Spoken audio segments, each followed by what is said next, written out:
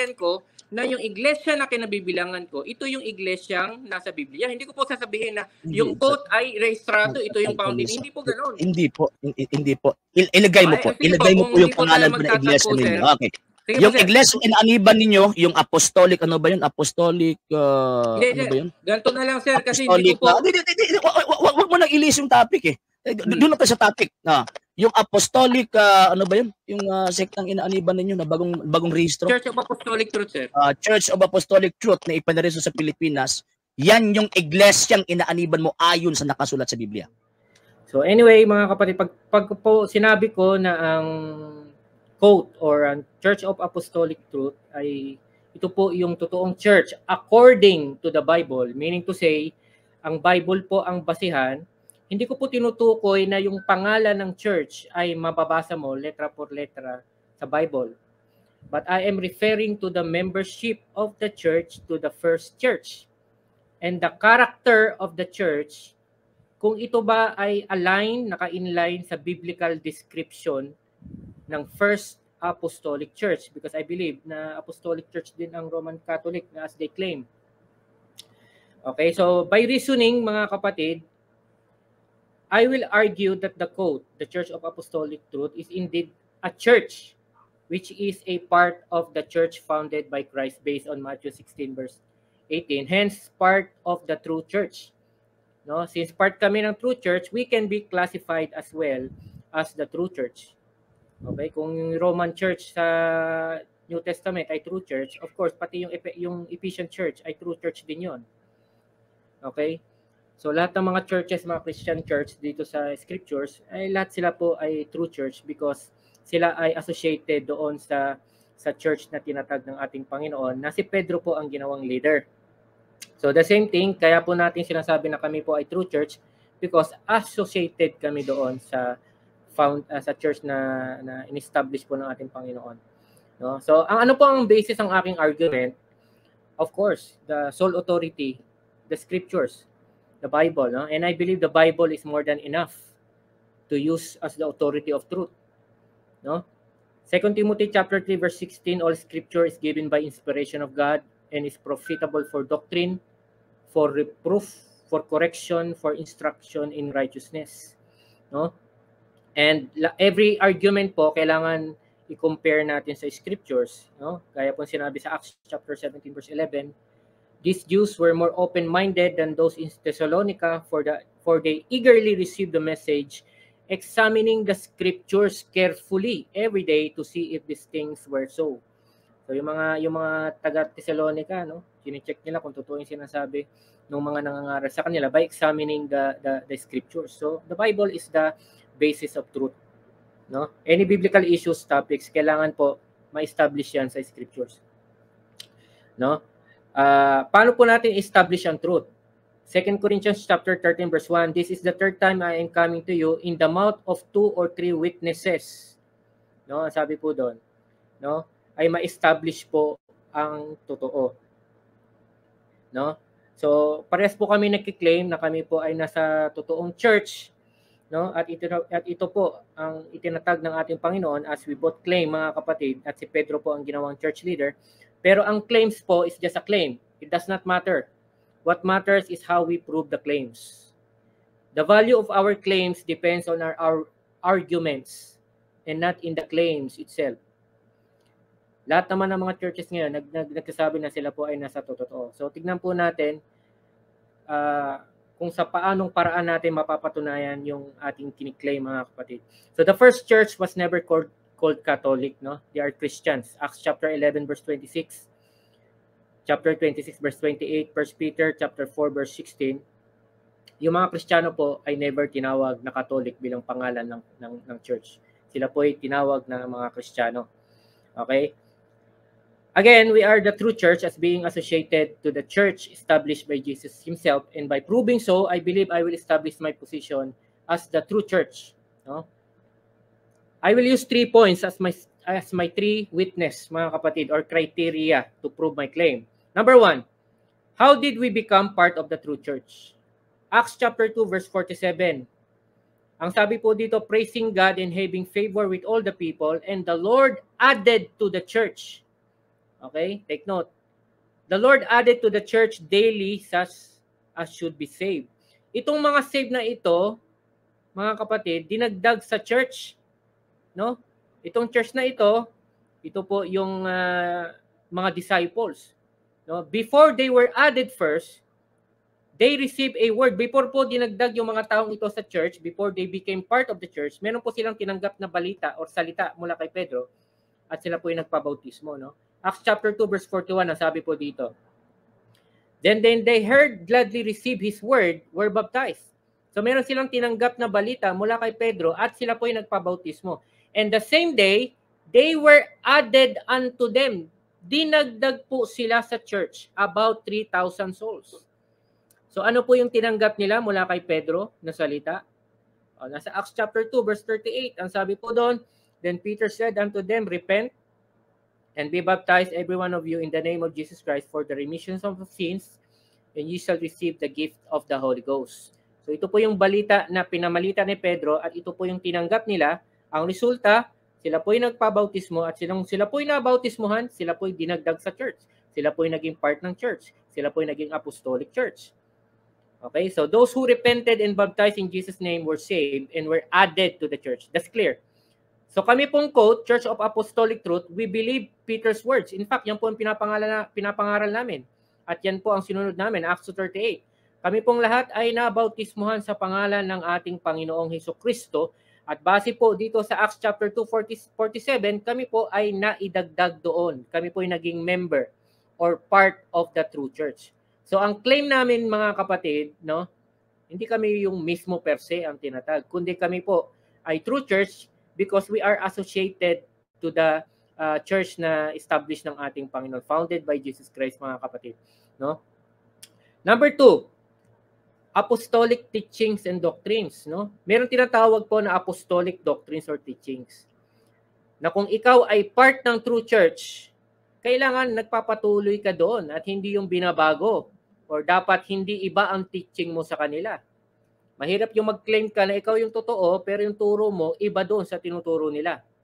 Okay? Red flag po yan. Acts chapter 2 verse 42, ang sabi po doon, and then they continued steadfastly in the apostles' doctrine and fellowship and in breaking of bread and in prayers. So nagpatuloy sila sa doktrina ng mga apostoles.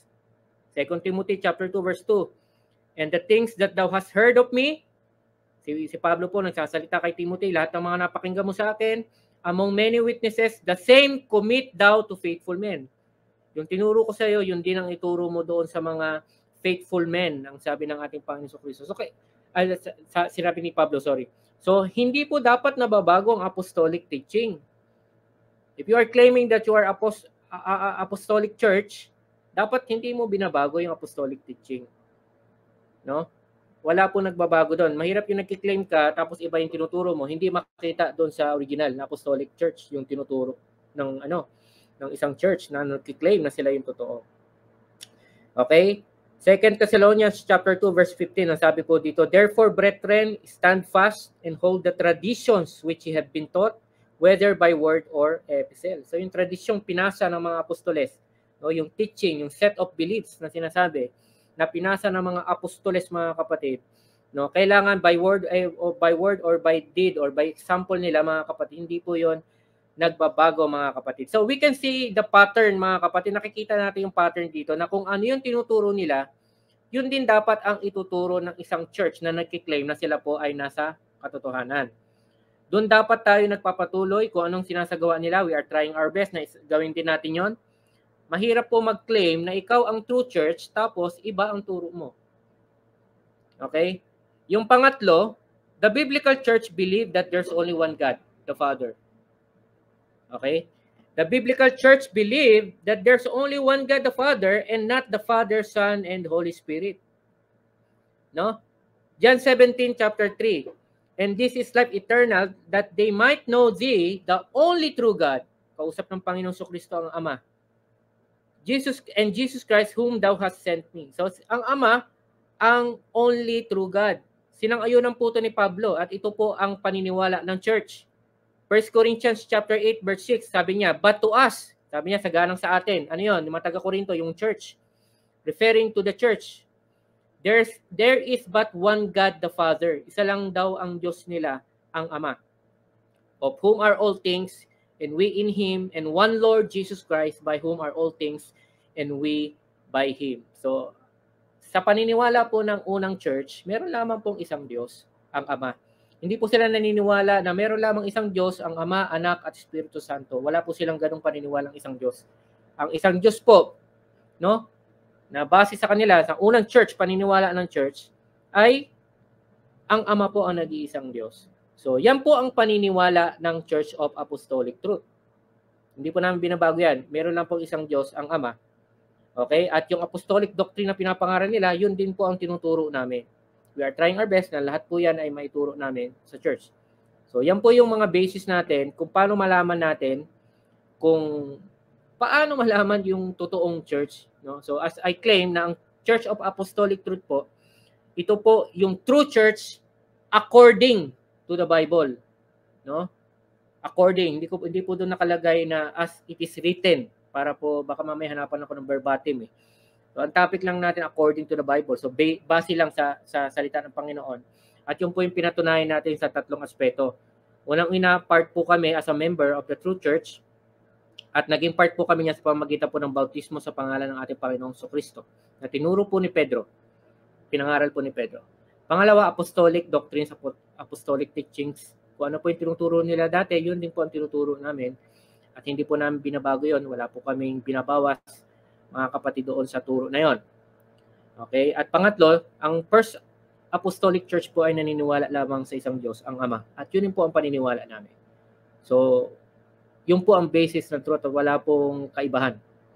Okay? So, I claim na kami po ang totoong church according to the scriptures, according po doon sa tatlong criteria po na yun. Yun lamang po.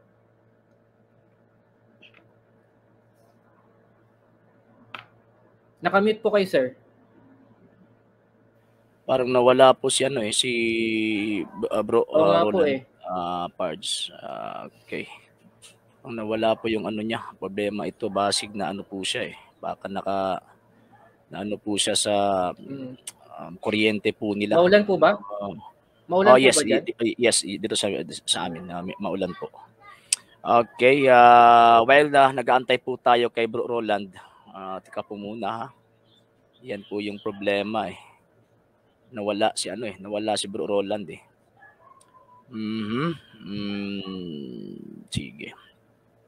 Sige, ito na lang. Papatuloy lang po natin. So, I think while nag-aantay po tayo kay Bro Roland. Okay, so ito po yung tanong ko po. Actually dito sa atin is 7:10. So magtatapos ako ng tanong is 7:20. Paki-check lang po sa time po ninyo, sir. Pwede. Sige po, 2:10 dito, then matatapos po kayo ng 2:20. 2:20. Okay. Sige po. So ang unang tanong ko po sa inyo, sabi niyo kanina na hindi po ninyo ikini-claim na kayo po yung totoong iglesyang itinatag ni Kristo. Pero kini-claim ninyo na naging totoo po kayo nang dahil associated po kayo sa iglesyang itinatag ni Kristo. Totoo po ba po ito? Yes. Okay. So kung totoo po ito, associated po kayo sa iglesyang totoong iglesyang itinatag ng Panginoon Jesucristo, sino po ang tumanggap po sa inyo para maging associated po kayo sa iglesyang itinatag ng Panginoon Jesucristo? Ang sabi po doon sa aking argumento, yung mga naidagdag po ay nabautismuhan. Tinanggap yung word ni Pedro, sumampalataya sila, nabautismuhan, doon po sila nadagdag sa iglesia. So ganun din pong way, doon kami nadagdag. May mabasa po ba kayo sa Biblia, kapitulo at bersikulo na magiging magiging associated ka po sa iglesyang itinatag ni Kristo by way of claiming sa nakasulat sa banal na kasulatan, naging associate po kayo ng dahil nabautismuhan din po kayo kung walang responsableng tumanggap sa inyo from the first century Christian? Hindi po, ang sabi po ganito sa Acts chapter 2 verse 47, sir. Praising God and having favor with all the people, and the Lord added to the church daily such as should be saved. Wala po dong nilagay na meron pong tumanggap sa kanila, tinanggap sila ni Pedro, tinanggap sila nila. Wala pong ganon. Yung nabautismuhan, tumanggap sa pinamalita ni Pedro at sumunod at nabautismuhan sa pangalan ng Panginoon Jesucristo ay nadagdag po sa church, added to the church. That's clear po eh. Wala pong nakalagay doon na kailangan tanggapin ka ng isang individual. So, sino po yung nagturo? According sa Acts chapter 2. Si Pedro po. Sino po nagturo po sa inyo? Para maging same po kayo sa sitwasyon ni San Pedro sa panahon ng tinanggap po nila yung mga nabautismo na 3,000. Sino po ang nagturo po sa inyo ngayon? Tao po ang nagturo sa akin, hindi ko po maalala kung sino yung nagturo sa akin. Tao po ang nagturo at yung tinuro niya, yung Acts 2:38.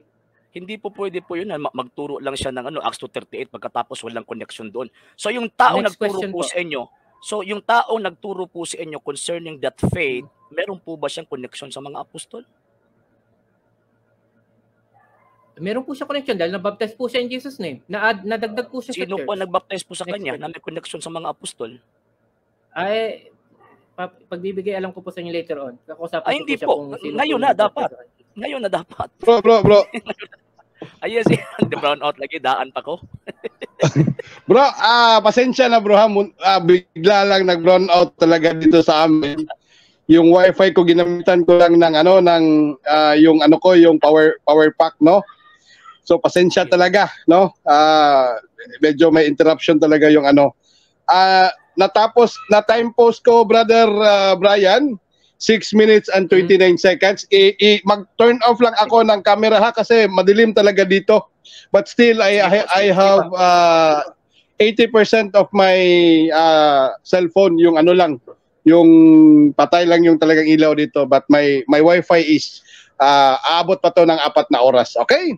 So, Brother Brian, continue, 6 minutes and 29 seconds. Go ahead. Sir Roland. Yes, bro.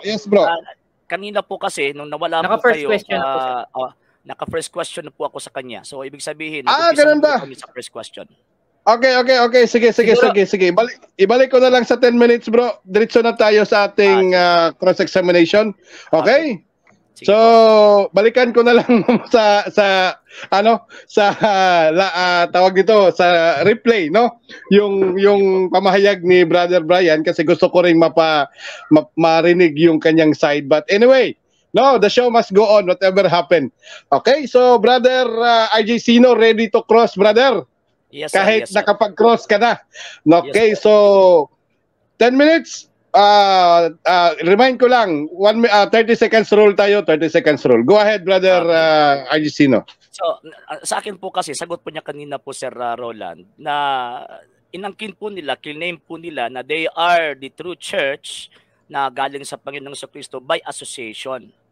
Yung sinabi po niya. So, ang tanong ko po nito, sa banal na kasulatan, yung na-associate sa mga apostol may nagturo sa kanila. At ang San Pedro, galing po siya, ipinadala po siya ng Panginoong Kristo. Ngayon, sabi mo, na-associate po kayo. Pagkatapos tinuruan po kayo ng pastor po ninyo.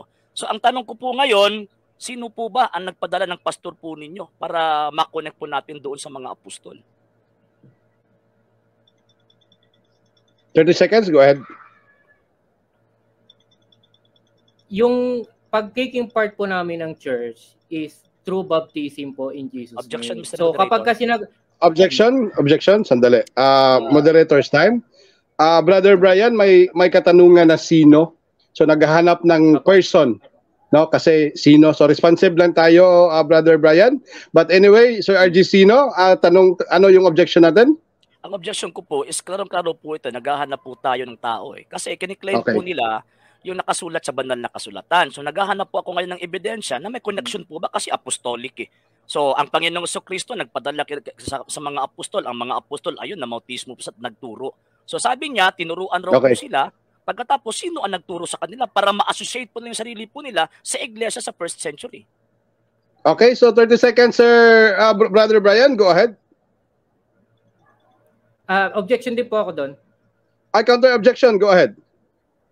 Counter objection. Kasi yung tanong niya po, it assumes kasi na may kailangan ng tao para ma-associate ka. Kapag kasi sinagot ko yon, indirectly, nag-agree ako sa kanya.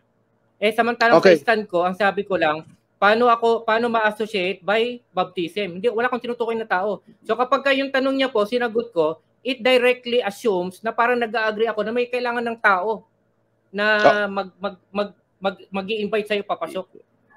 Okay, moderator's time. Sandali lang, brother ha. So, meron tayong rules, brother, na sa rule number 10. lahat ng katanungan ay dapat is nasa tema natin. But follow-up question kasi niya yan, Brother Brian, no? Follow-up question niya yan.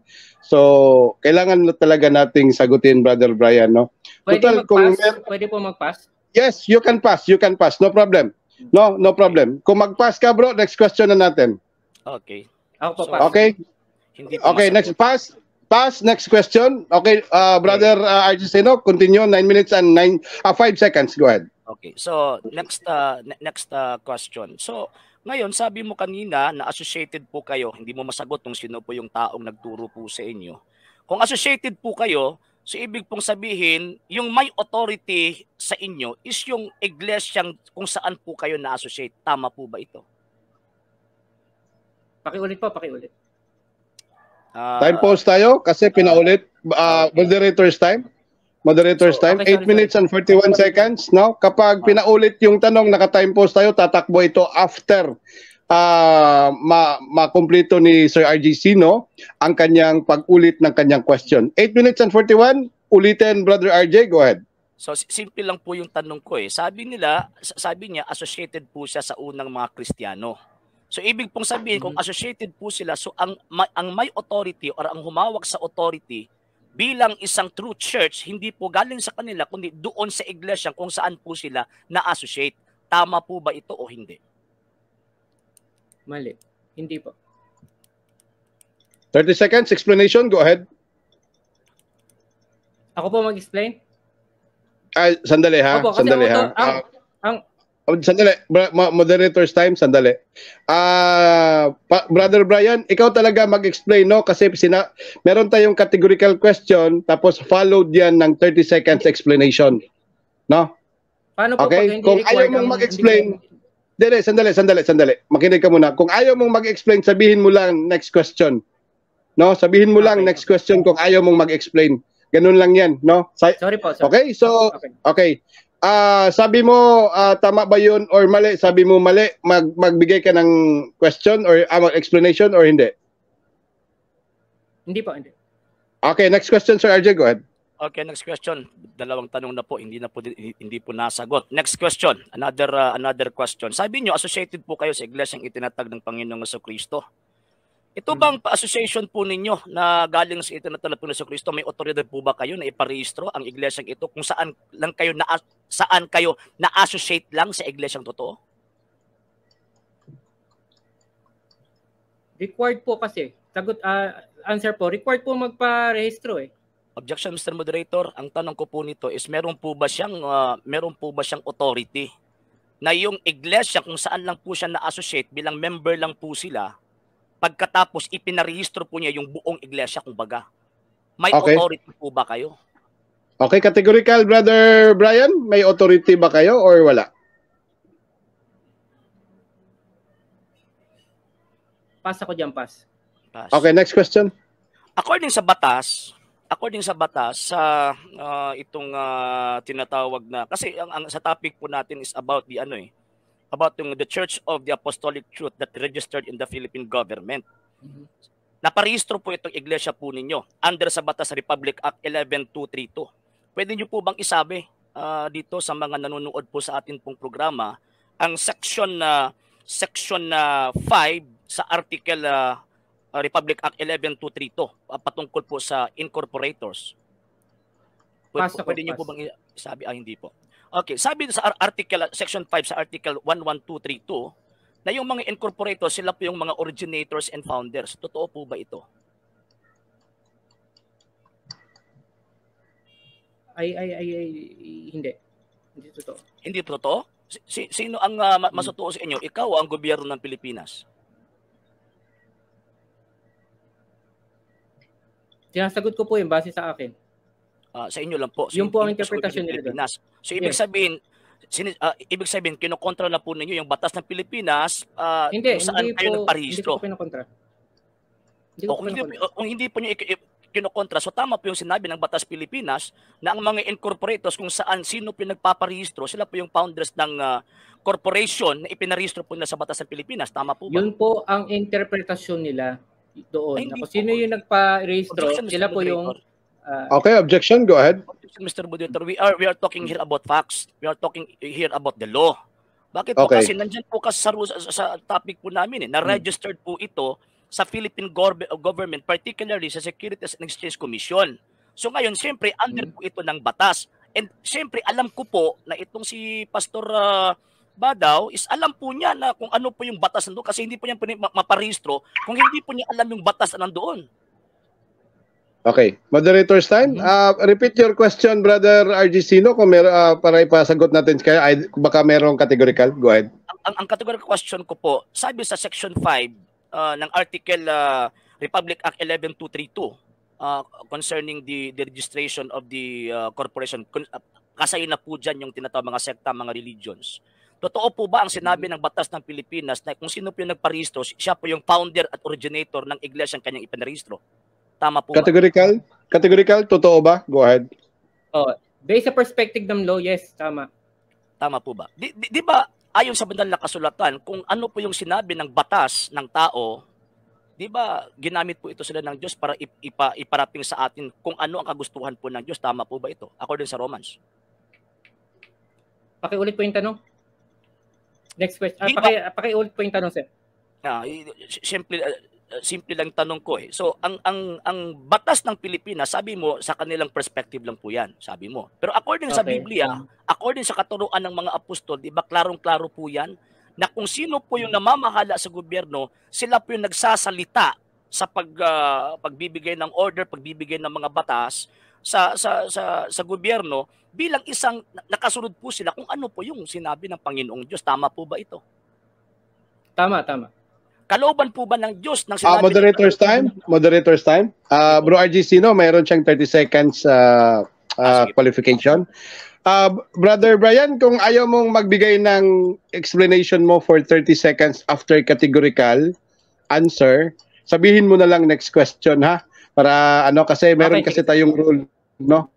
So, magbigay ka ng 30 seconds explanation, Sir Brian? Wala na po. Sige po. Magbigay ka? Explain. Sige, 30 seconds. Go ahead. Hindi po natin nilalabag yung batas. No? Sinasabi ko lang po sa kanilang perspective, no? Yung nagparehistro, sila yung nag-establish, sila yung founder. Okay? Agree ako doon based on their perspective. Hindi po ako sumusuway doon sa batas na yun. No? Yun po. Hindi yun yung tanong ko eh. Pastor Badaw. Hindi yung tanong ko eh. So, ang tanong ko simpleng-simple lang eh. Ayon sa batas, ang incorporator sila po yung tinatawag na founder. And ayon din po sa banal na kasulatan na turo din po ng mga apostol, di ba sabi nyo kanina, bawal baguhin kung ano po yung katuruan. Turo din po ng mga apostol kung sino po yung namamahala sa gobyerno, ang Diyos rin po mismo. Ang may kalooban na sila po yung mamamahala at sila po yung may sabi. So sumasang-ayon ka ba na sumasang-ayon po ang Diyos, katuruan po ng Diyos mismo na itinuro sa mga apostol, na ang sinabi ng gobyerno ay tama concern sa kanilang pamamalakad sa gobyerno? Tama po ba? Opo, tama. Tama po ba ang sinabi ng gobyerno? 30 seconds. Sir RJ, sandali. 30 seconds. Brother Brian, 30 seconds. Go ahead. Next question. Sorry. Okay. Tama po ba ang sinabi ng gobyerno? Tama po ba ang sinabi ng gobyerno at kalooban din po ito ng Diyos na ang nagparehistro according sa Section 5 Article 11232 na ang nagparehistro siya po yung founder? Totoo po ba ito? Hindi po totoo. No? 30 seconds, go ahead. Opo. Kasi po ang sinasabi doon sa verse na hindi naman niya kino-quote, sinasabi lang niya, sabi ng Panginoon, sabi ng ganon, ay patungkol po sa pagsunod sa batas. No? Kapag meron po silang pinapatupad, dapat gagawin mo. Hindi ko po nilalabag yun. Yun po yung paliwanag ko kanina.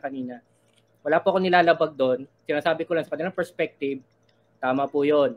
Pero hindi ko po yun nilalabag. Okay? Nagko-quote siya ng talata na hindi niya kino-quote kung ano yung verse. Okay, next question. Next question. Objection, go ahead. Sinabi ko po kayo na chapter 13 eh. Chapter 13, yung namamahala, kalooban po ito ng Diyos kung sino po yung namamahala. And sumasang-ayon ka sa first premise ko. At kung ano po yung sinabi ng gobyerno, kalooban po ito ng Diyos, tama po ba? According sa Romans. Okay, moderator's time. Objection ito, Brother RG Sino, but wala na siyang oras to i-repeat mo na lang yung question kung gusto mong i-repeat or mag-next question ka, Sir RG Sino. Go ahead. Okay. Romans chapter 13 verse 4, sapagkat ang mga namumuno sa bayan ay mga lingkod ng Diyos para sa ating ikabubuti. Pero kung gagawa ka ng masama, dapat kang matakot dahil may kapangyarihan silang parusahan ka. Ito bang sinabi ng tinatawag na gobyerno na itong nagparehistro, sila po yung founder, masama po ba ito o hindi? Hindi. Agree nga po ako, tama nga po yun. So 30 seconds, go ahead. 30 seconds, Brian, go ahead. Opo. Wala pong masama doon sa perspective nila na yung sino yung nagparehistro, sila po yung founder, sila yung nag-establish. Wala pong masama doon. Perspective po nila yun. Okay. Sa Romans chapter 13 verse 4, lingkod po sila ng Diyos at kalooban po ng Diyos ang mga ginagawa po nila sa pag-implement po ng batas. Tama po ba ito? Tama. Tama. Kung kalooban po ito ng Diyos, tama po ba na kalooban po ng Diyos ng sinabi ng gobyerno na yung nagparehistro, sila po yung founder sa corporation na kanilang ipinarehistro, tama po ba? Yes, tama po yun. Ayun nga po sa perspective na tama po yun. So, kalooban po ito ng Diyos? Yes. Yes. So, ibig po sabihin, yung nagparehistro sa sekta po ninyo, pwede ko ba bang malaman kung kailan po ito naparehistro? Kasi po nandito ako sa gitnang silangan, iba po ang nagparehistro ng organization. Kailan po naparehistro? Kung di ako 2019, ganyan. 2019. 2019, bago pa po. 2019, 2018. So sa 2019, imposible naman po si Panginoon Kristo nagparehistro, di ba? So syempre, pwede niyo po bang masabi? Pwede niyo po bang masabi kung sino po yung nagparehistro? Yung body po, yung kapatid ko, yung father ko, marami po kami mga pangalang parehistro. Wala po si Jesus Christ doon. Wala po si Jesus Christ. So, wala po nasasabi, wala po si Jesus Christ. So ibig sabihin, yung totoong iglesia na kung saan kayo na-associate, yan po yung ipinaparehistro po ninyo. Ano po? Yung totoong iglesia kung saan yung sinasabi nyo na-associate po kayo, di ba? Yung the Church of the Apostolic Church, ito po yung totoong iglesia, sabi mo, di ba? So ito po yung ipinaparehistro po ninyo. Hindi po. Associated lang po kami doon. Sino pala kayo? So ibig sabihin, associated lang po kami doon. Kaya nga kinoconnect po natin Kinoconnect po natin yung association po ninyo sa iglesyang totoo. Diba? So ngayon, kung hindi ka po makapagturo sa akin na merong isang tao or isang tinatawag na member na galing pa mismo sa tinatawag na totoong iglesia na kasama mo ninyo ngayon na iparehistro, so ibig sabihin, bogus itong iglesyang inaaniban mo.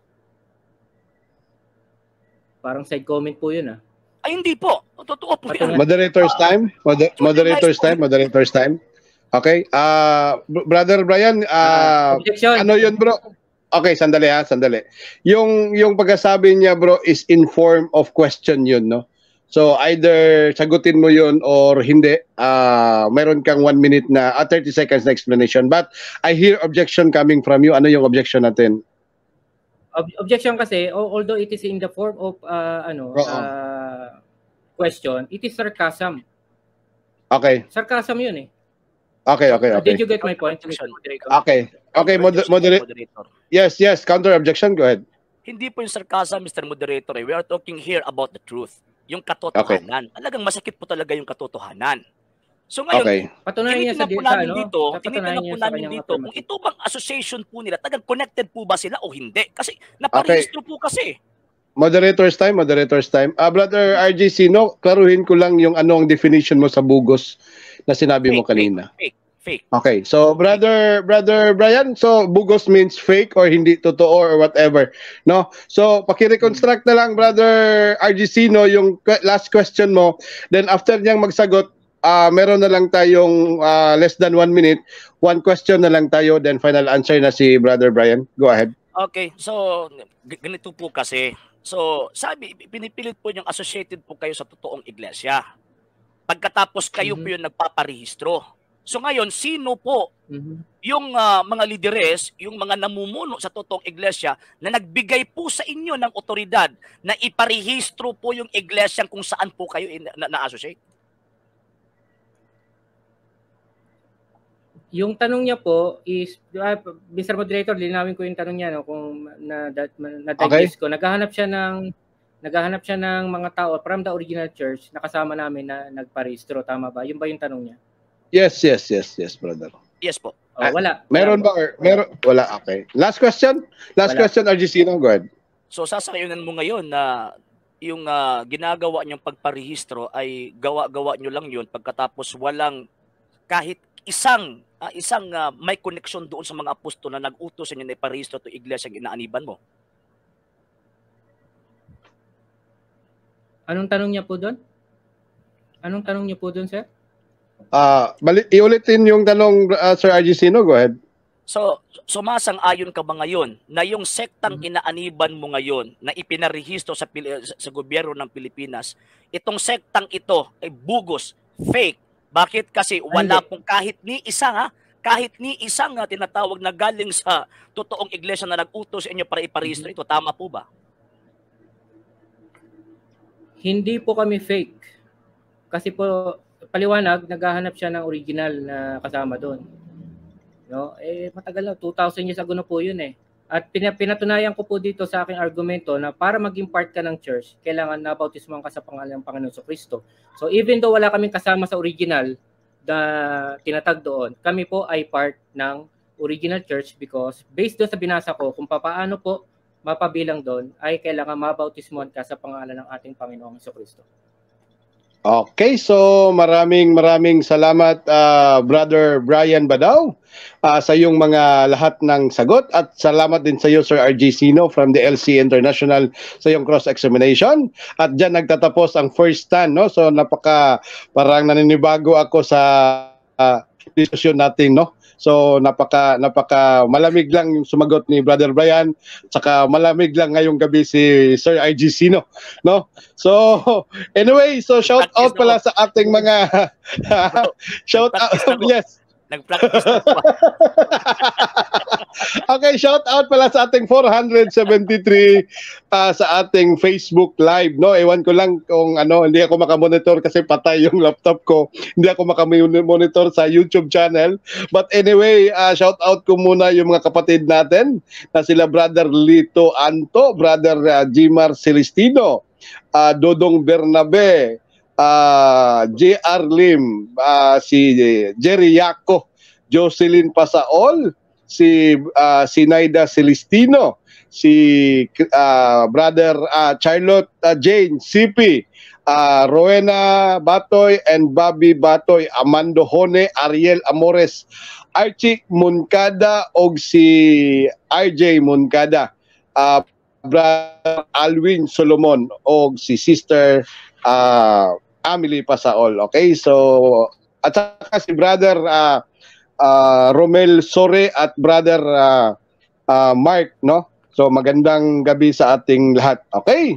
So proceed na tayo sa kasi masyadong delay na tayo kasi maraming delay at saka plus yung power interruption pa dito sa amin, no? So Sir RG Sino, 10 minutes sa yung affirmative stand sa yung topic, no? So True Church, ang ano mo ngayon is sandali ha, nawala yung tema ko. So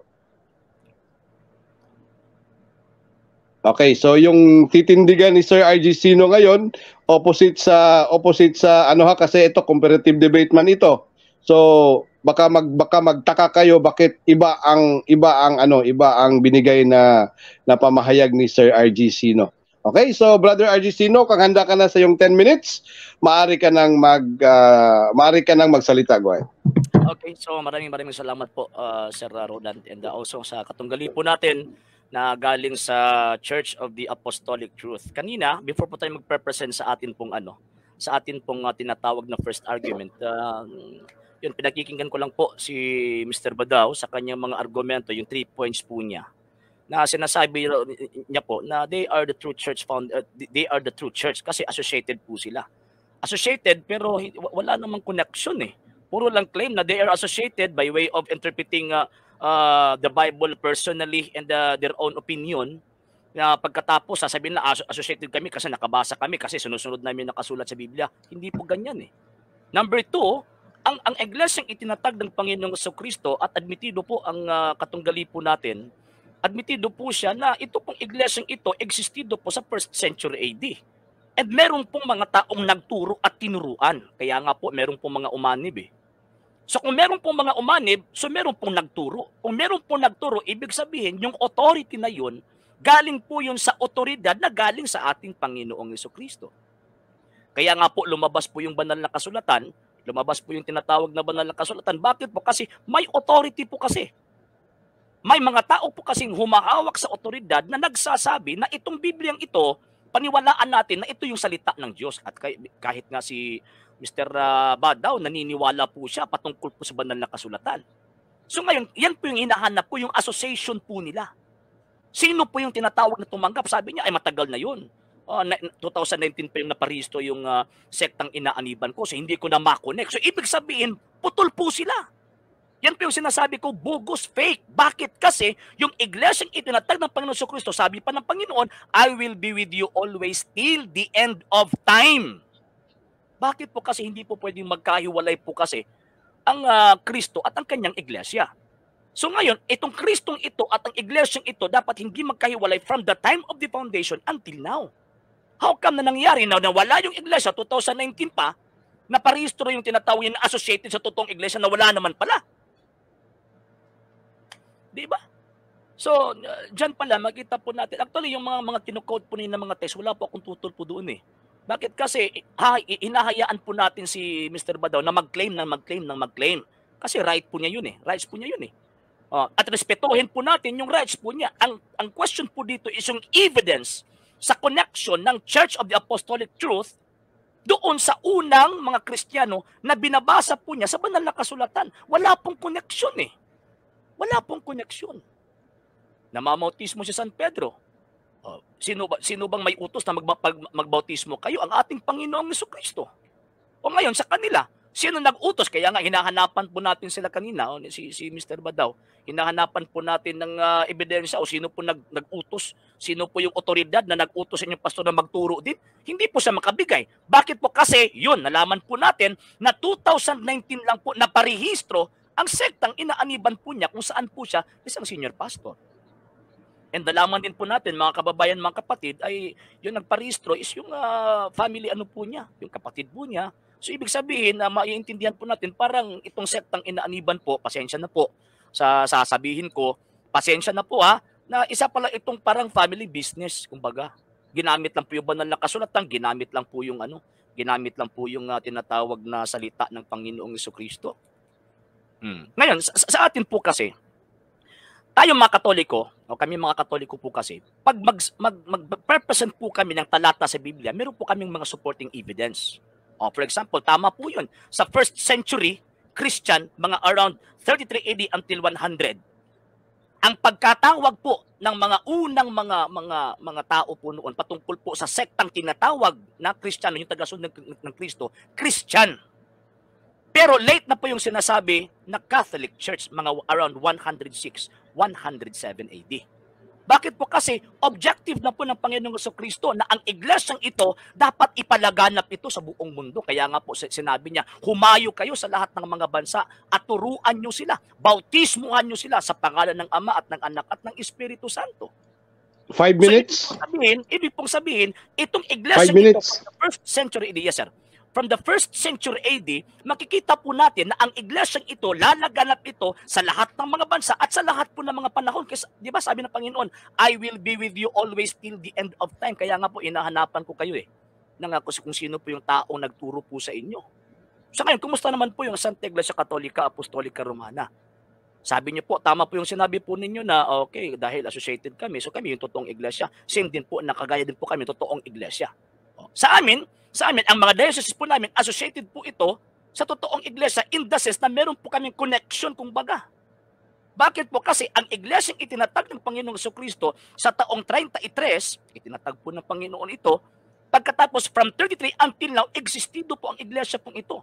Tinawag una Kristiyano. Kaya nga po sa banal na kasulatan, makikita po natin at maiintindihan po natin na ang banal na kasulatan, klarong-klaro po yan, na itong unang iglesia tinawag na Kristiyano, pagkatapos ang Christian Church na ito, pagdating sa 3rd century, ginawa po siya o nangyari pong naging state religion ng Roman Empire. Ano po yung ebidensya po natin? Babasahin po natin itong tinatawag na Webster New Collegiate Dictionary, page 238. The religion derived from Christianity is the religion derived from Jesus Christ. World History, Volume 1, 4th edition, Offshore Terry Huloka, page 178. Jesus of Nazareth inaugurated a new religion. What religion? Tinatawag po itong Christianity. And according sa History of the Western Society, 5th edition, page 199, in 380, the Emperor Theodosius went farther than Constantine and made Christianity the official religion of the Roman Empire. So ibig pong sabihin, ang Christianity pa lang ito, na pinersecute from the 1st, 2nd, and 3rd century, pagdating po sa 380, ginawa po itong tinatawag na state religion. Ginawa po itong official religion of the Roman Empire. E tanong, ano po ba ang makikita po natin na religion of the Roman Empire from the 3rd century AD until now? Pagan religion po ba? Hindi po. Bakit po? Kasi ang Iglesia Kristiyana na itinayo ng Panginoong Jesucristo from the 1st century AD, St. Matthew chapter 16, verse 18, lumagana po ito from Jerusalem, umabot sa Antioquia, from Antioquia, Asia Minor to Corinto, Corinto to Roma. Kaya nga po merong pong sulat ni San Pablo, taga Roma eh. Diba? Pagkatapos sabi ni San Pablo, ang inyong pananampalataya lumaganap ito sa buong mundo. Romans chapter 1 verse 7 to 8. So ngayon, yung Christian church na yun, ano po ba yan ngayon? Anong pangalan ng Christian church yan ngayon? Kasi ang dami-dami na po eh. Ang dami-dami na po nagsisulputan. Isa na po rito yung sektang inaaniban ni Senior Pastor Brian Badaw. So ngayon, ang mayari, saan yung iglesia na yan? O magbabasa po tayo ng kasaysayan. Bakit po? Kasi ang Biblia po kasi silent po siya eh. Yung sinasabi niya mga doktrina, claim lang niyo po yun. Hindi ko po yung gigibain kasi ma-out of topic po tayo eh. So, dito po tayo titingin sa kasaysayan ng iglesyang ito. Itong iglesyang nakasulat sa banal na kasulatan. Saan po natin yan makikita? Makikita po natin yan. The New Book of Knowledge, Volume 16, page 287. Okay. 287. The history of the Roman Catholic Church began in an upper room in Jerusalem almost 2,000 years ago. Jesus founded the church. What church? The Roman Catholic Church, to carry His message of salvation to all men. May iba pang tao itong ebidensya, Encyclopedia International, Volume 15, page 520, Roman Catholic Church. There are two equally valid definitions of the Catholic Church comparable to the twofold nature of Jesus Christ, its founder who was both human and divine. So ngayon, sige, Iglesia Katolika, ito na tagdi Panginoon Kristo. Di ba, naghahanap ka ng tao, meron tayong tinatawag na connection. Kaya nga, Pope Francis po ngayon, siya po yung humalili kay Pope Benedict. Si Pope Benedict humalili kay Pope John Paul II. Paatras po ito, patungo kay San Pedro. So, ibig sabihin, yung iglesyang itinatag ni Kristo, hindi po ito nawala, hindi po ito naging parang sumulpot ng 2019, kundi nagpapatuloy po ang iglesyang ito from the time of the foundation until bakit po? Kasi ang purpose ng iglesyang ito, salvation. So kung may magsisulputan man ng mga sekta, pagkatapos mag-aangkin lang ng mag-aangkin sa banal na kasulatan, pagkatapos wala naman pong koneksyon doon sa tinatawag ng mga apostol, so ibig sabihin, bogus po yan. Kasali na po dito, pasensya na po. Mr. Badaw ha, kasali na po dito yung sektang inaaniban po ninyo. So, yun lang po. Bro Land. 30 seconds, Sir RGC na. Wave mo na yung 30 seconds mo. Yes, sir. Okay, so wave na yung 30 seconds ni Sir RJC, no? Okay, shout out lang tayo sa mga konti, no? Bago natin ibigay. Inom ka muna dyan ng wag masyadong malamig na tubig, Sir RJC, no? Baka mapaos ka. Shout out, Almags, Tata Jo Marie, George Sadyasa, Jovi Lacia, Chalice Hit, Brother Jan Jonah, mayong gabi og si Brother Yesomar, Brother Rafael Tubog, Tata Andrade, at shout out kay Brother Paricoy ng Turil, GM Residido Marceliones, Bon Varga, Jerry Ilio Belota. So maraming salamat po sa inyong lahat, at saka kang Ricky Himilga, Jeff Atienza, Dexter Vitin. Okay. So, Brother Brian, ready? Handa ka na para mag-cross? Opo. Okay, dahil handa ka na, meron kang 10 minutes. Huwag kalimutan ng ating rule, 30 seconds rule. After, meron tayong categorical at saka din 30 seconds rule to be applied. Okay, go ahead, kapatid na Brian. Okay, sino po ang first Pope nyo? Kino-consider nyo na first moderator? Objection, Mr. Moderator. We are talking yes, about objection. Not the papacy. Okay. So, next question. Next question. Go ahead. Related po yun. Papasiya po yan eh. About the pero papacy related po yun dahil objection lang po. Yes, go ahead. Okay, go ahead. Ang center of authority kasi nila, 'di ba, yung Pope, yung papacy, sila yung pinaka-pastor, kumbaga. Tinatawag din ng pastor to dati eh, naging pari lang later on eh. So, sino to yung pinaka-first na Pope? Kasi sila yung yung center of Counter objection, Mr. Moderator. Yes, go ahead. Kung sasagutin ko yan, mangyayari po dyan, pupunta po kami sa topic na papacy. Okay. So, yan. Wala pong problema, sasagutin ko po yan. Pero kung i-allow po ng moderator, sasagutin ko yan. Pero sigurado, mamaya ay talagang malilisa po tayo sa topic po natin. Okay, so moderator's time lang muna ha. Sandali lang ha. So, yung natin, brother, focus lang tayo sa tema natin. So, yung about Pope kasi is about talagang okay. papasok yan sa papacy. Okay, so mahaba pa yung oras. Go ahead, Brother Brian. Okay, sabi niya kasi mismo sa sinabi niya, mga diocese daw nila may connection doon sa unang church. Okay, ngayon ang tanong ko, paano sila nagkaroon ng connection? Okay. Sinabi lang niya pero walang evidence eh. Meron na po akong nabasa. Paano? Meron po akong nabasa, hindi lang kayo nakinig, di ba? Kung titingnan po natin ang banal na kasulatan, St. Matthew chapter 16 verse 18, sabi ng Panginoon, even the gates of hell shall not prevail against it.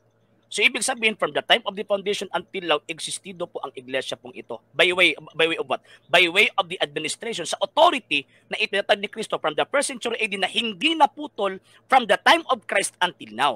So kaya nga po, sabi ng mga kasaysayan na ang iglesia Katolika Romana, yan po yung iglesia itinatag ni Kristo. Next question. Time. Ang tanong ko po, paano? Nag-object po ako, sabi niya kasi. Okay, sorry. Nag-object po ako, sabi, hindi niya po sinagot yung paano eh. Ang tanong ko po, sabi niya kasi, yung mga diocese daw nila, may connection doon sa first century church. Ang tanong ko paano? Layo ko na paliwanag eh. Paano po Sandali. Okay, sandali. Counter objection, go ahead. Counter objection, Mr. Moderator. Sinagot ko na po yung tanong po niya. By way of living administration and magisterium. Di ba? Yan yung sabi kayo na living authority na nandyan from the first century until now. So kaya nga po, hindi po nawala po yung iglesia eh. Yan po yung sagot ko po kanina. Okay, moderator's time. Bro, Brian, ano mo lang kung gusto mo ng categorical question, i-reconstruct mo to categorical kasi kung paano kasi that means asking for opinion, no? So, i-ano mo na lang, i-form into categorical question mo na lang, Brother Brian. So, continue, go ahead. So, sabi niya, pinasa yung authority. Paano yun? Ginawa ko lang more specific. Yung authority daw pinasa. Paano pinasa? Paano pinasa? Ang sagot po natin po dyan sa pamamagitan ng yung unbroken successions from the time of St. Peter until now. From the time of the apostles until sa bishops na hanggang ngayon. So, ibig pong sabihin, meron pong tinatawag na living authority. Kasi hindi po mangyayari or magiging sinungaling po ang ating Panginoon Kristo nang sinabi niya, even the gates of hell shall not prevail against it, pagkatapos wala namang taong humahawak sa authority na yan from the first century until now. So by way of transmitting the authority yung sa mga successors po nila, kumbaga. Time. Next question. Next question. Pakita mo ako ng ebidensya na si St. Peter nag-transmit ng authority sa Pope. The World Almanac in Book of Facts edition 1994 and edition 1999, yung listahan ng mga kasantupapahan po namin nandyan po Yan po yung nagpapatunay yung tinatawag na unbroken succession. So yung tinatawag na unbroken succession, ibig sabihin, yung humalili sa office na kung saan hinawakan din po ni San Pedro. By way of election, kung babasahin po natin ang Acts of the Apostles chapter 1. Di ba? So, yun po yung sagot ko po. So, next question. Wala kang makikitang, kasi sabi yung transmitting merong isang physical na na tinatransmit. Ano ba yon? Yung by sulat na sinasabi na ito ang susunod sa akin na Papa? May ganun ba yun? Yung ba yung authority? Office. Yung ba ganun bang sistema? Office po siya, sir. Office, yes. Pag sinabi po kasi authority, it refers to the office eh. Kung sa Latin word, tinatawag po yan na sedes. So, ibig pong sabihin, from the time of St. Peter, nang sinabi ng Panginoon na I will give you the keys of the kingdom of heaven, so ibig sabihin, yan po yung sedes. Ibig sabihin, the authority. So, yung authority na yun, hinawakan po ito na San Pedro. Pagkamatay na San Pedro, may humalili po nito. And mismo ang kasaysayan nagsabi na itong humalili po sa mga San Pedro, ito po yung mga kapapangan at mga kaobispuan sa mga apostoles. Okay. Next question. Bigyan mo ako ng isang proof na nag-transmit siya ng authority. Ito na, binibigay ko na sa kayo na ang next na ano. No. By way of succession po yung sinasabi ko. Ibig sabihin, nandyan po yung authority, magiging matransmit lang po niya or matanggap po niya yung tinatawag ng authority by way of succession. Next question. So kahit sino pala pwedeng sumunod. Pagka binoto, basta i-elect po nila, pagkatapos naging pari, naging obispo, ayun, pwede po yun. According po yan sa banal na kasulatan. Okay. Next question po. Kailan po unang na-attribute ang salitang Catholic sa Roman Catholic bilang isang pangalan ng church? Actually, in terms kailan po unang na-attribute? In terms of descriptive name, in terms of description, unang binanggit po ito ni San Ignacio ng Antioquia around 106 to 107 AD. And Saint Ignatius of Antioch, isa po siyang estudyante po na Saint John the Evangelist. So talagang malapit na malapit. Next question. Okay. So meaning to say, yung word ng Catholic, hindi siya pangalan ng church, kundi description. Universal church. Sa pasimula, description po siya. Naging pangalan lang po siya dahil mga around 18th century, naging pangalan siyang official. Bakit po? Kasi ang dami-dami na po mga squatters eh. Next question. Okay. Sabi mo, naging pangalan na official. Bakit? Marami ng mga squatters po. Nagbabasa lang ng Biblia pagkatapos nagtitindig ng kanilang mga sekta. Ito po yung next question. Sino po yung nag-decision na ito ang gawin nating pangalan na Catholic Church? Yung iglesia binigyan po ng Panginoon Jesucristo na whatsoever you shall bind on earth shall be bound in heaven. At na nag-convene po sila mga around 1869 to 1870 to give an official name sa iglesyang itinatag ni Kristo. Bakit po? Kasi yung sinasabi po nila, kalooban po yun ng Panginoon Jesucristo. Kasi sabi ng Panginoon, whatsoever you shall bind on earth shall be bound in heaven. Next question. Okay. Ang doktrina po ba ng Catholic Church ay galing sa Nicene?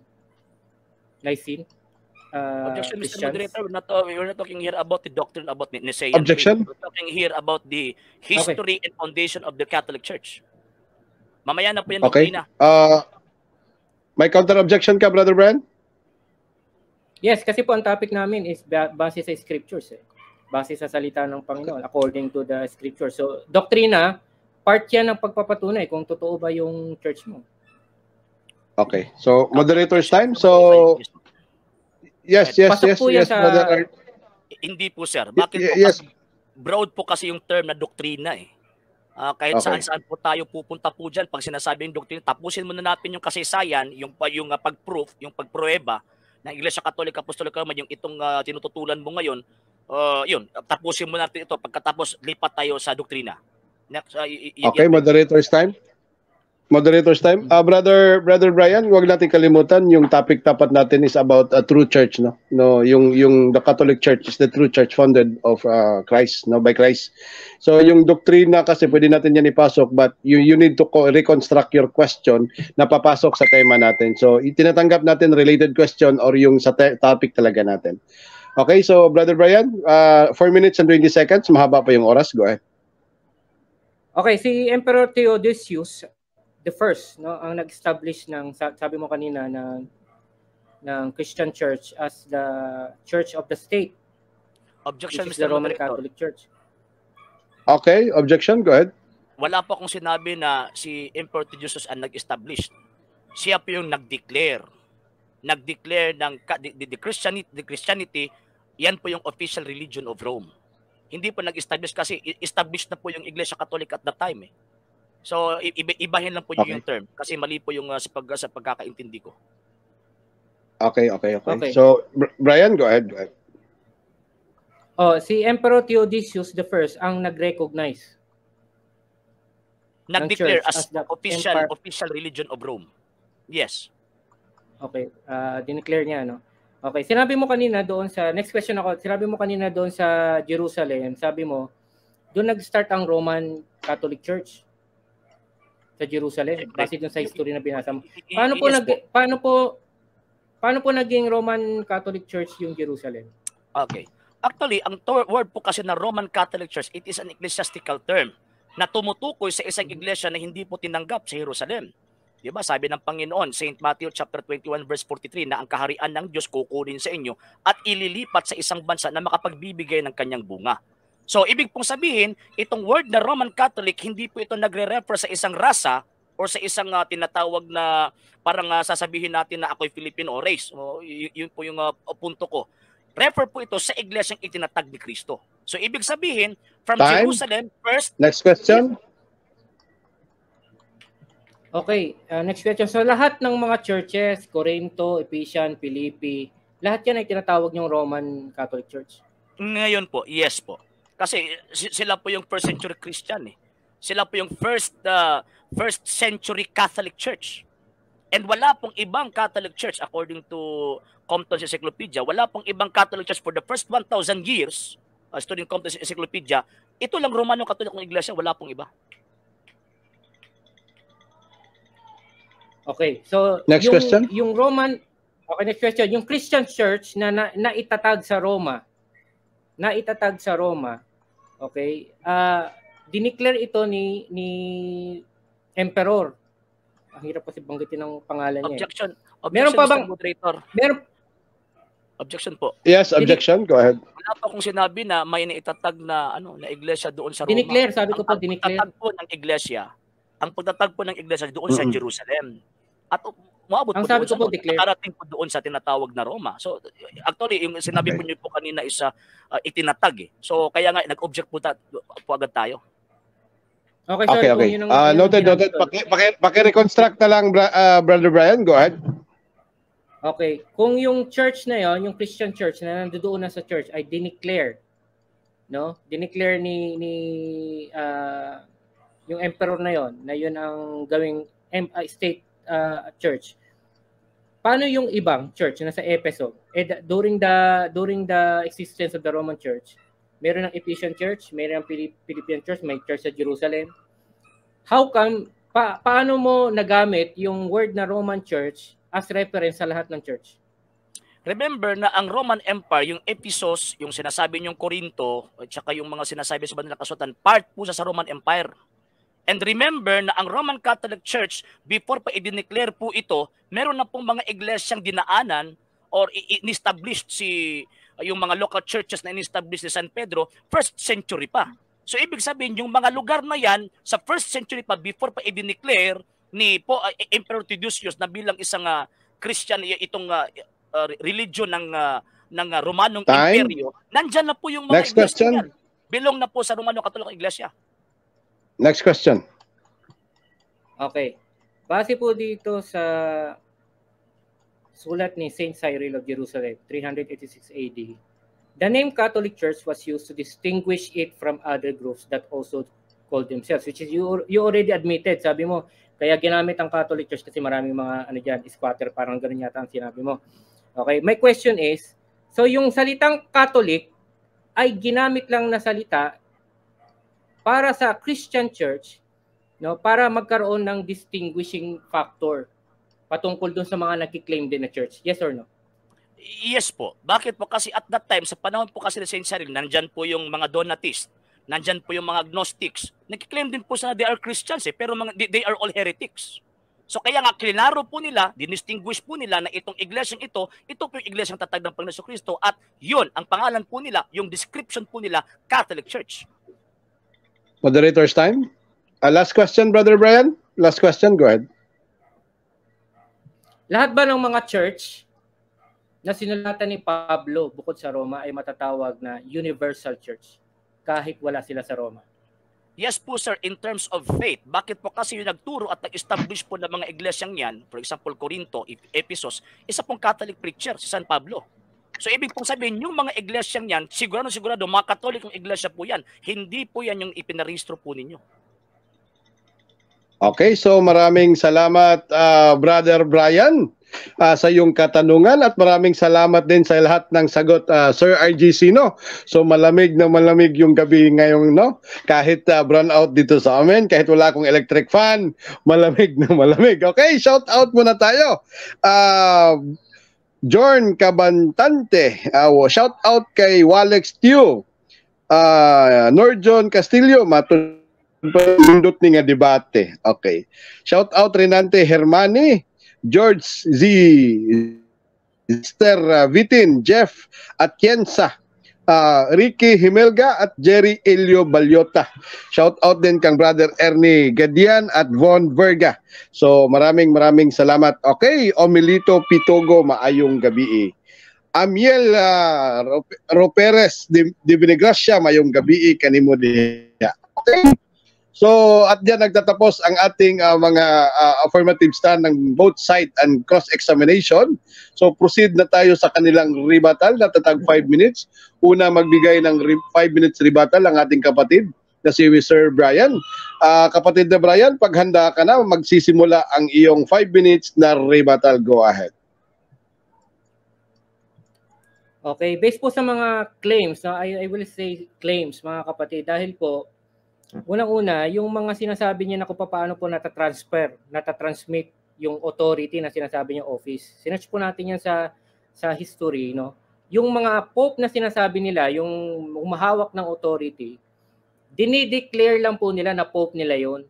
Pero wala po silang matibay na maibibigay na proof na merong transmission na nangyari ng office, no? Na sinasabi, ang sabi nga niya, nagbobotohan daw.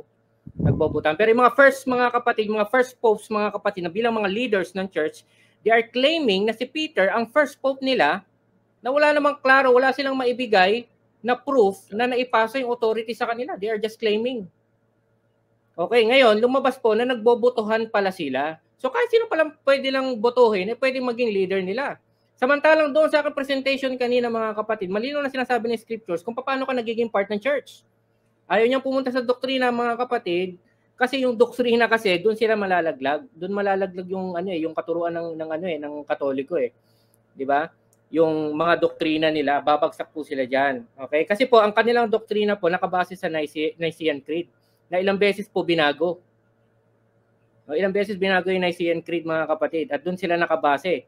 Diyan po lumabas yung Trinitarian doctrine na doktrina ng mga Katoliko. No. Bakit po natin yung ginagawa, mga kapatid, na pinagkukumpare natin yung church noon at church ngayon? Kasi nga po, gaya po sinabi ko kanina sa umpisa, puro claim lang naman ang gagawin namin eh. Kita niyo, nanghingi ako sa kanya kung paano nagkaroon ng connection. 'Di ba? Yung transmission, sabi niya transmission authority, yung pala botohan. Paano nagtatransmit authority? Meron bang pastor na meron bang apostol na nag-endorse? Wala eh, wala siyang maibigay eh. Okay, pag sinearch niyo po yan sa encyclopedia, sinabi niya pang Britannica, yung mga pope na nakalagay po doon, dinideclare lang nila na pope nila yon, inaangkin nila na pope nila. Yun po yung makikita niyo doon. Pero kapag tumutok po tayo sa doktrina, no, yan po talaga ang defining factor eh. Kapag nagkumuha ka ng isang peke na pera at original na pera, pinagkukumpara mo yung quality kung ano yung totoo at ano yung hindi. Pero iniilagan niya yung doktrina, samantalang malinaw po ang topic namin na according to the scriptures, ang quote ang totoong church. Not according to the history, no? Not according to but according to the scriptures. Na pinatunayan natin sa pamamagitan ng 3 criteria, unang-una, 'di ba? Yung katuruan. Marami silang katuruan, ayaw niyang yun eh, ayaw niyang lakaran yun eh. Out of topic daw yung doktrina. Part ng church yan eh, doktrina eh. That make you a church, the doctrine. 'Di ba? At kasama sa mga naipapasa ay doktrina. How can you claim na sa totoo ka tapos wala kang ang doktrina mo wala doon sa katuruan ng mga unang apostol? No. At kasi ang piling ng ating kakausap, doon niya ako mandadali sa sinasabi niyang foundation, tinitrace niya yung yung lineage ng last 2 minutes church na kinabibilangan natin. Okay, samantalang siya mismo, yes po, copy. Samantalang siya mismo, hindi naman siya makapag-provide na matibay na basis na meron silang matibay na connection. Samantalang ako, ang basis ko, yung Word of God. Nabaptize kami in Jesus' name, kaya part kami ng church. Hindi ko lang kung saan siya nabaptize. No? Kung sa pangalan ba ng ating Panginoon sa Kristo. Okay? So, dito po sa debate namin, hindi po niya napatunayan na sila po yung totoong church. Hindi po na puro claims din eh. Kung sinasabi niya na ako'y puro claims din siya. No? Kasi doon po sa may transmission pa lang eh. Yung kasi ang nakikita kong pinaka-foundation ng kanyang argumento, tinransmit daw, pinasa. No? Ano yon? May pirmahan bang nangyari doon? And then sabi niya, botohan daw eh. So pwede pa lang botohan. Ano? Pwede pa lang botohan. Kahit sino na lang pwede magbotohan at yun ang magiging pope at yun ang magiging leader ng church. Okay? So, hindi po niya na-establish po yung yung sinasabi niyang transmission, connection or whatever. Sa word lang po niya yon pero wala pong matibay na basis, solid proof. Ilan po, i-wave ko na po yung aking the rest of my time. Okay, so meron ka pa sanang 36 seconds but sabi mo i-wave mo na. So Brother RJ Sino, 5 minutes rebuttal kapag handa ka na, tatakbo yung oras. Go ahead. Salamat Mr. Moderator, and nagpapasalamat po ako na actually naaawa po ako and naaawa at the same time parang naano po ko sa mga argumento ni Mr. Badaw eh. And pinagpipilitan po niya bakit hindi rin po ako nag-touch sa doktrina. Bakit po? Kasi doon sa ating topic, klarong-klaro specific po eh. Ang Bible, gagamitin lang po nating basihan kung baga. Wala pong sinabi doon na doktrina para mag-touch po ako in terms of doctrine. Number 2, yung sinasabi mong tinatawag na transmission, ang simbahang Katolika po kasi, ma-transmit po yung tinatawag na authority in office after na ang isang Santo Papa mamamatay or magre-resign. So ibig pong sabihin, ang office na yun, nananatili po yun, nandyan po yung tinatawag na office hanggat may humahalili or may tinatawag na succession, mananatili po yung office na yun na galing po yun sa Panginoong Jesucristo. Sabi mo, hindi ko lang na-establish, ang dami-dami ko nang binabanggit ng mga aklat rito at mga ebidensya pagkatapos hindi po tayo nakikinig. Diba? According to Norma Chung Lucia, isang legal dictionary, English-Filipino, facts, actor, circumstance, or matter actually observed by a witness and that his opinion, tunay na pangyayari at hindi haka-haka. Kaya nga po nagbabasa po ako ng kasaysayan. Kasi yung nakasulat sa kasaysayan, klarong-klaro po yun as evidence na itong iglesyang ito, existido po siya from the 1st century AD. Noon na maghahanap ka ng tinatawag na perma. Kasi at that time, wala pa mga dokumento ang mga Kristiyano po kasi under persecution po sila. Number 3 points, claiming lang daw na si San Pedro ay isang Santo Papa. Hindi po ito claim. Kundi meron po nagpapatunay po ito sa kanyang supremasya from the 1st century AD. Kaya nga po ang four patriarchates from the 1st, 3rd century, itong 4 patriarchates always po silang nag-ihintay kung ano po yung desisyon ng Roma. Bakit po? Kasi at that time, for the 1st, 3rd, 3 centuries, is yung primacy of ni San Pedro na yung office ng Santo Papa ini-exercise at pinapractice na po nila ito. Ewan ko lang kung baka hindi nyo po alam yung 4 patriarchies sa first 300 years. Okay. Pang-apat na punto sabi niya, iniilagan ko raw po yung yung doktrina. Hindi po yun yung topic natin rito eh. Ang topic natin dito is about the foundation. Kung tatanggipin ko yung tinatawag na doktrina ay talagang siguradong kahit saan-saan po tayo aabot at hindi po tayo magtatapos sa ating pong first topic kasi particular yung topic natin eh. About the foundation, not the doctrine. And lastly, itong sinasabi ninyo na kahit na sino pwede na palang papa. Ay opo, basta provided pari po siya, naging obispo po siya, and yun, qualified po siya doon sa tinatawag na election. Kasi meron po kasing norms na sinusunod eh. Ang Iglesia Katolika Romana from the 1st century day until now. So ngayon, yung election na yun, meron pong criteria para maging elected ka.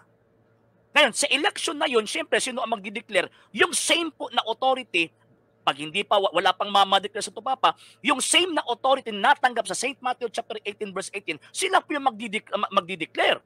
Diba? Sabi ng Panginoon sa Kristo, whatsoever you shall bind on earth shall be bound in heaven. Whatsoever you loose on earth will be loose in heaven. Diba? So, yun. At hindi nyo po yan nagiba, Mr. Badaw. Bakit po? Kasi kung titinan nyo po yung succession, yung kasaysayan po niya from the 1st century AD until now, ibig pong sabihin ay talaga nagpapatunay po yan na yung iglesia pong inaaniban niyo talagang hindi po sa Panginoong Jesucristo. Kasi hindi po magiging sinungaling ang Panginoon eh. Ako'y sumasa inyo palagi hanggang sa katapusan ng mundo. Yun bang term na palagi? Merong segundo, merong minuto, merong araw, merong buwan, merong tinatawag na taon na huminto po siya sa pagsama sa kanyang iglesia. Hindi po eh. Bakit po? Kasi hindi pwedeng magkahiwalay ang iglesia at ang Panginoong Jesucristo. So kung magiging totoo ang claim ninyo na kayo yung associated doon sa totoong iglesia, saan yung iglesia na yan ngayon? So yung sinasabi ninyo na associate kami kasi bautismo, yan po yung purely claim. Wala po kayong ebidensya eh. Kasi registered po kayo 2019 pa. Okay.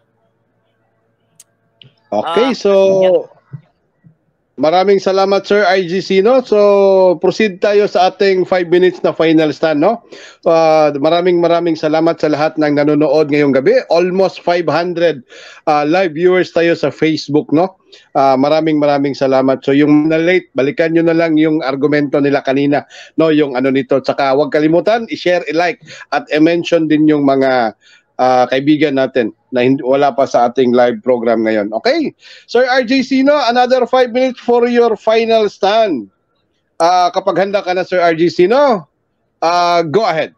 Mga kababayan, mga kapatid, nagpapasalamat po ako kasi kahit kaunti lang yung panahon po namin ni Mr. Badao, pero at least meron pong mga katotohanan na nalaman po natin rito na ang iglesyang itinatag ng Panginoong Jesucristo ay hindi po talaga yan magigiba. Sabi ng Panginoon, even the gates of hell shall not prevail against it. So from the time of the foundation until now, ang iglesia pong ito, mananatili po ito ang kanyang eksistensya. Bakit po? Kasi ang purpose ng Panginoong Jesucristo na itinayo po niya ang kanyang iglesia, salvation. So kaya nga, from 33 AD until now, ang iglesyang ito existido kasi po, araw-araw gumagawa po ng kaligtasan ang iglesyang ito. Bakit po? Kasi yan po yung objective ng Panginoong Jesucristo. Hindi po ito rehistrado sa gobyerno kasi po sabi ng Panginoong Jesucristo, ibigay ninyo sa Diyos, ang sa gobyerno, ang sa gobyerno. Kaya nga po ang katanggali po natin from the Church of the Apostolic Truth na rehistrado sa gobyerno ng Pilipinas, under po siya ng gobyerno, hindi po siya under ng Diyos. Di ba? Hindi po siya subject ng Diyos. Subject po siya sa gobyerno. So, ibig pong sabihin, ang iglesyang itinatag ni Kristo na hindi po subject sa tinatawag na gobyerno, hindi po individual ha, yung iglesia as institution, as society, from the time of Christ until now, ang iglesia pong ito existido. At wala pong ibang makapagbibigay ng titulo sa iglesyang itinatag ni Kristo, maliban lang po sa Santa Iglesia Katolika Apostolika Romana. The rest of the Christian denominations, rehistrado po sila sa kanilang mga gobyerno. For example, kay Mr. Badao, admitido po siya na registered po siya. Registered po ito ang sektang inaaniban po niya. And sadly, ang nagpaparehistro is yung mga kapatid po niya. So hindi po galing sa Panginoong Jesucristo. So sila po ba makapagbibigay po sa atin ng kaligtasan, yung pananampalataya pong ito? Hindi po. Bakit po? Kasi man-made sect po ito eh. Man-made sect. Isa po itong sektang itinatag ng tao. Kung i-compare po natin sa Iglesia Katolika Apostolika Romana, kahit milyong beses pa tututulan po ito, mananatili ang katotohanan based sa banal na kasulatan at based din po sa tinatawag na kasaysayan na ang iglesyang ito po yung iglesyang itinatag ni Kristo. Wala pong iba. Kung i-compare natin, Iglesia Katolika Apostolika Romana existido sa lahat ng panahon from 33 AD until now. Kung i-compare sa inyo, 2019 lang po lumabas.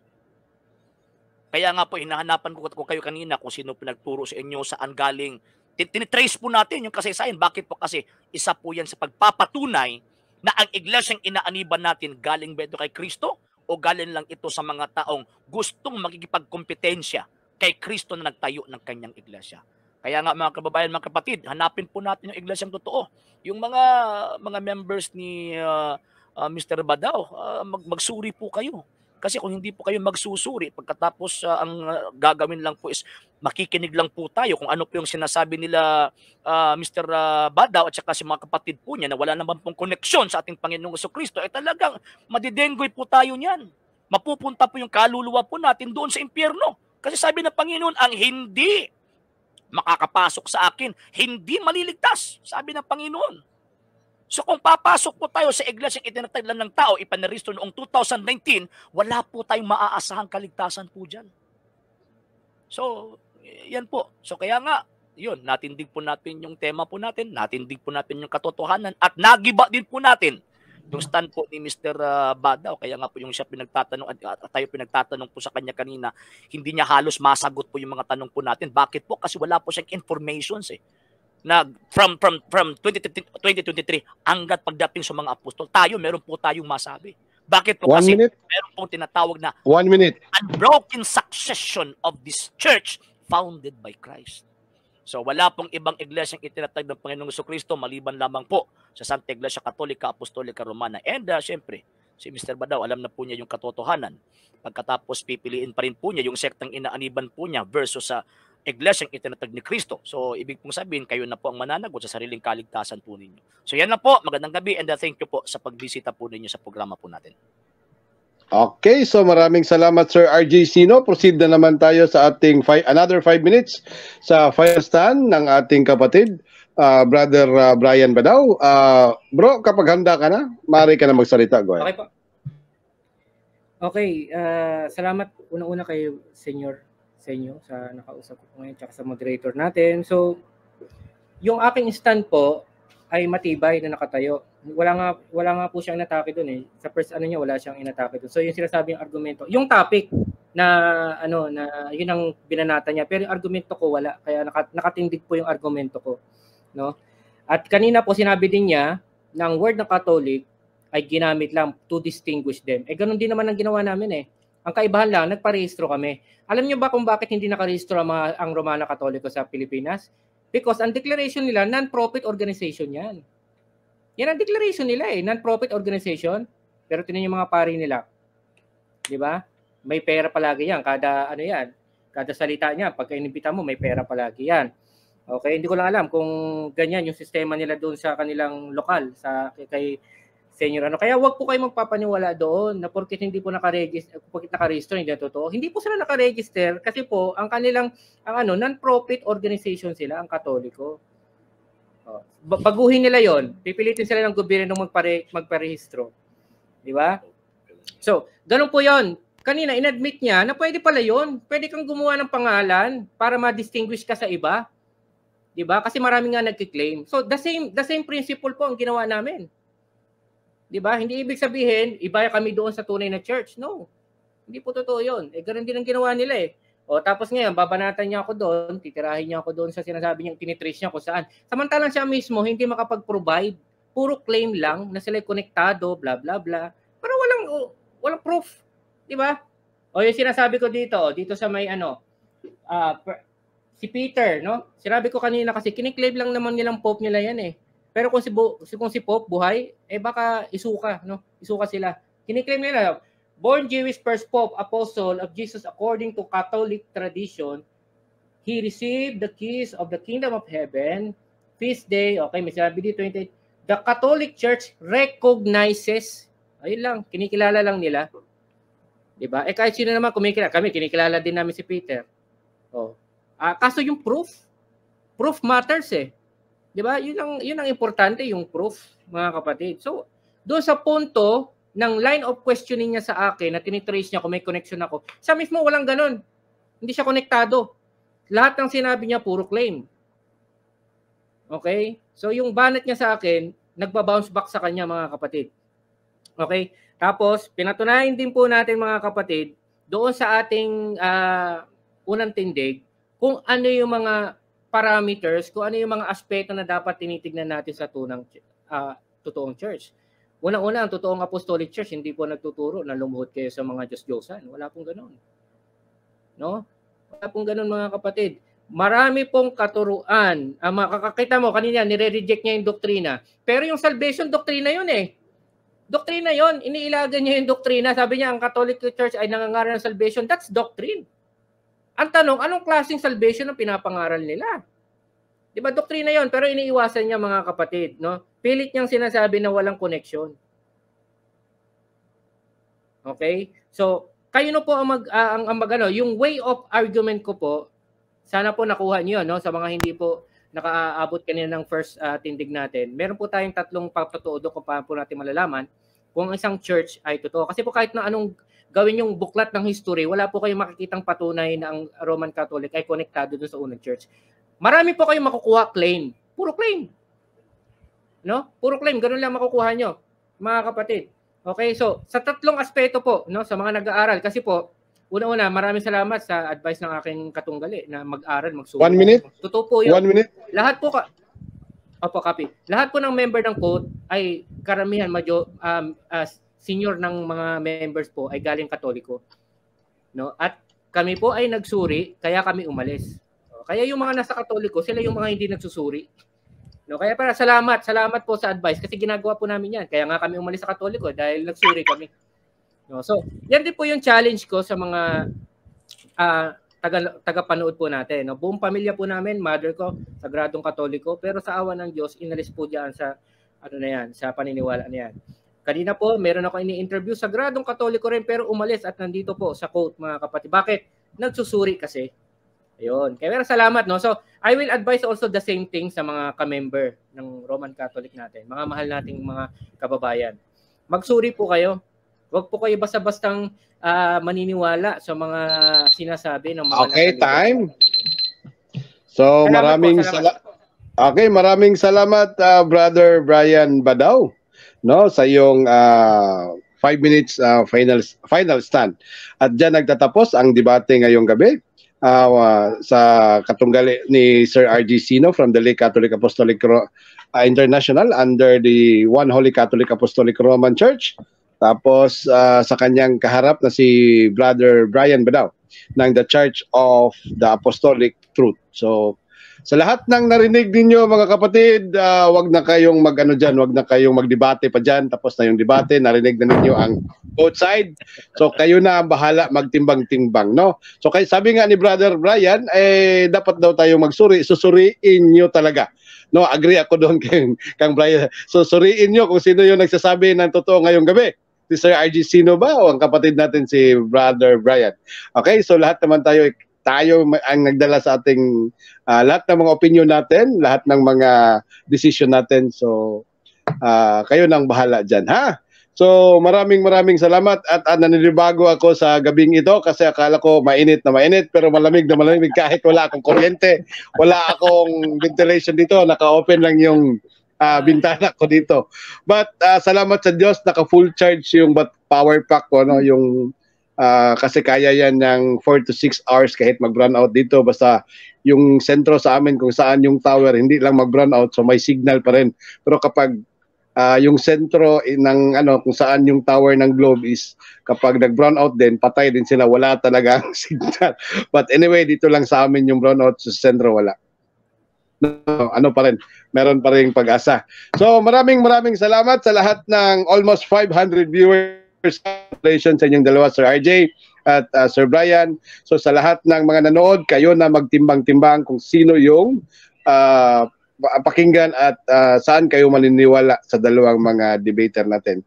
So una na akong magpaalam sa inyo, nga pala, meron pa pala tayong closing prayer. But anyway, bago tayo magbulag-bulag, no? Baka meron kang program, Sir Brian or Brother Brian, meron kang programa sa social media, meron kang evangelization, chance mo na ito, no? Kasi meron tayong 428 live viewers. So go ahead, or meron kang pasalamatan, kapatid na Brian, go ahead. Okay po. Una sa pasasalamat, salamat po sa Diyos sa pagkakataong binigay niya po sa platform na ito. At pangalawa, of course, sa aking katunggali si Sir RJ sa inyo. Thank you. Salamat po, sir, sa pagiging maginopong kausap. Sana po hopefully makapag-usap po tayo ulit sa friendly na usapan ulit. Salamat po din sa moderator po natin. Karamihan po ng mga kamag-anak kong mga pari nandiyan dyan sa Davao. No? And sa mga bukas po ang isip ng mga viewers po natin, meron po ako sariling page, Apostolic Intelligence, Brother Brian po. So, maliit pa lang po na page yan, pero diyan po, active po ako dyan, nag-share po ako ng mga apostolic teachings, apostolic na doktrina, at mga live streaming po, reels, nandiyan po lahat mga kapatid. You can also add me sa mga nag-aaral talaga at nagsasaliksik po ng salita ng Diyos. Welcome po kayo mga kapatid. Salamat po, once again, Sir RJ sa inyo. second. God bless po, God bless po. No problem po. Okay, maraming salamat. So, Apostolic Intelligence yung page natin, Sir Brian. Tama ba yun? Okay, so subscribe niyo mga kapatid, no, yung programa ni Brother Brian, Apostolic Intelligence. So, at least kung gusto niyo magsuri kung ano talaga, di suriin niyo talaga yan, no? So, Sir RGC, no, baka meron kang pasalamatan sa mga sponsor natin, lalo-lalo na si Facebook. Okay, nagpapasalamat ako sa pinakauna, syempre sa Panginoong Diyos sa mahal na Birheng Maria. Bakit po kasi yun, na natindig po natin yung, nagawa po natin yung trabaho po natin ngayon na ipagtanggol po yung pananampalataya po natin. And also, nagpapasalamat din po ako sa katunggali po natin na galing sa isang senior pastor from the Church of the Apostolic Truth. Maraming salamat din po sa pagbibigay po ninyo ng oras ng sa debate po ito. Especially din po sa ating moderator, Bro Roland, actually ko na kuyawan jud ko. So, kasabot ko gamay Bisaya. Maayo. So sa lahat po na nandito, sa hindi pa po nakapag-subscribe, nakapag-follow sa ating page, i-follow niyo po yung mga page po natin, RJ Roland Sanders Second TV, Apollo Pontorgomento, Kuya Apologist TV page, mga channels po natin, The Lay Catholic, Apologist International Official, RJ Sanders Second TV, and Kuya Apologist TV. And and thank you po sa lahat po ng mga tumulong sa program po natin. Maraming salamat po. Hindi ko na po kayo maisa-isa. And syempre, subscribe din po ninyo, i-follow ninyo ang Puro Kamatuoran by Bro Roland Parts, ang moderator, ang national moderator ng Pilipinas. Okay, so maraming salamat at wag din nyo talagang kalimutan mag-subscribe din sa Puro Kamatuoran. So Sir RJ Sino, request permission to download and to upload this debate to my personal YouTube channel. Granted. Okay, maraming salamat. So sa lahat na nandito ngayon, maraming salamat talaga. So Sir RG Sino, yung nag-opening prayer kanina, so may I request na ikaw naman yung mag-closing prayer para formal na pagtatapos ng ating programa. Okay, so sabayan niyo po ako, Pastor Brian. In nomine Patri et Filii et Spiritui Sancti. Amen. Ave Maria, gratia plena Dominus tecum, benedicta tu in mulieribus, et benedictus fructus ventris tui, Iesus. Sancta Maria, Mater Dei, ora pro nobis peccatoribus, nunc et in hora mortis nostrae. Amen. O Maria, gipanamkon nga walay sala, igampo mo kami nga bidangop kanimo. Sa ngalan sa Mahanog, sa Anak, sa Espiritu Santo. Amen. Okay. So, mura na kong ungo, ano bro? Sige po. Okay. So, dili na to kalimtan ang paghigugma, grasya o kalinaw sa tong Ginoong Hesukristo, iyan ang gibilin kanato, ato kinpuy-an kauban niya og dalaygon ang Dios. Pro Deo et Ecclesia. Yes po.